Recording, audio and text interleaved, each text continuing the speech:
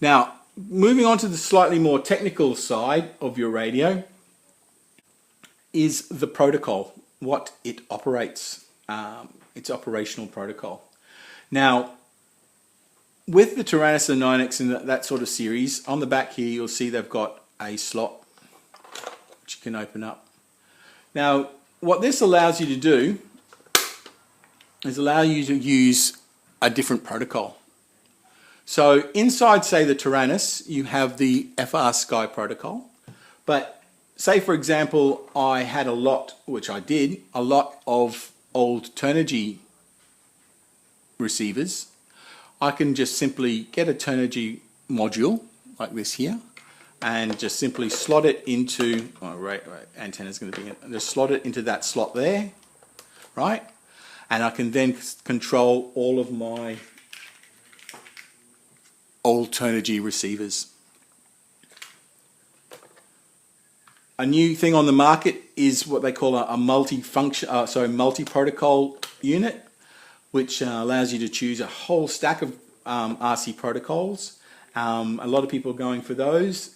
So if you were to say, get a radio like this with a module bay, slot a multi-protocol module in, you'll be able to access tons and tons of receivers and other models and so forth.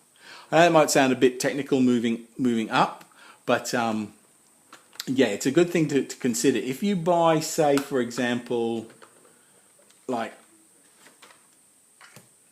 a radio that doesn't have a module like that, like say your Spectrum, okay, can't put another module in there, you are stuck with Spectrum. Okay, you're stuck with using Spectrum gear, Spectrum receivers, and so forth. I know that Orange has come up, but you know, that's by the by. My whole concept there is if you buy a radio without a module bay, you'll be stuck with using that radio. Okay, a lot of the new, see, Turnigy have sort of done that now. They have a lot of the new Turnigy radios at the i6 and so forth, I think. Okay, they have no module bay. You'll be somewhat stuck with only buying that particular brand. And that comes important when we move on to other areas. A lot of tank units now these days are being controlled by S-bus or combined PPM, CPPM, and a lot of also featuring telemetry. All those I'll talk about in the next video. As I said, I don't want this video to go on for too much longer. So I'll talk about S-bus, more on protocols, telemetry in the next video. But just to recap, you know, when you're moving up from one of these and you're looking at purchasing a radio, of course, you're going to look at cost. Next most important thing you probably should be looking at, number of channels. This day and age, strongly suggests you get as many channels as you can, 8 channels at least.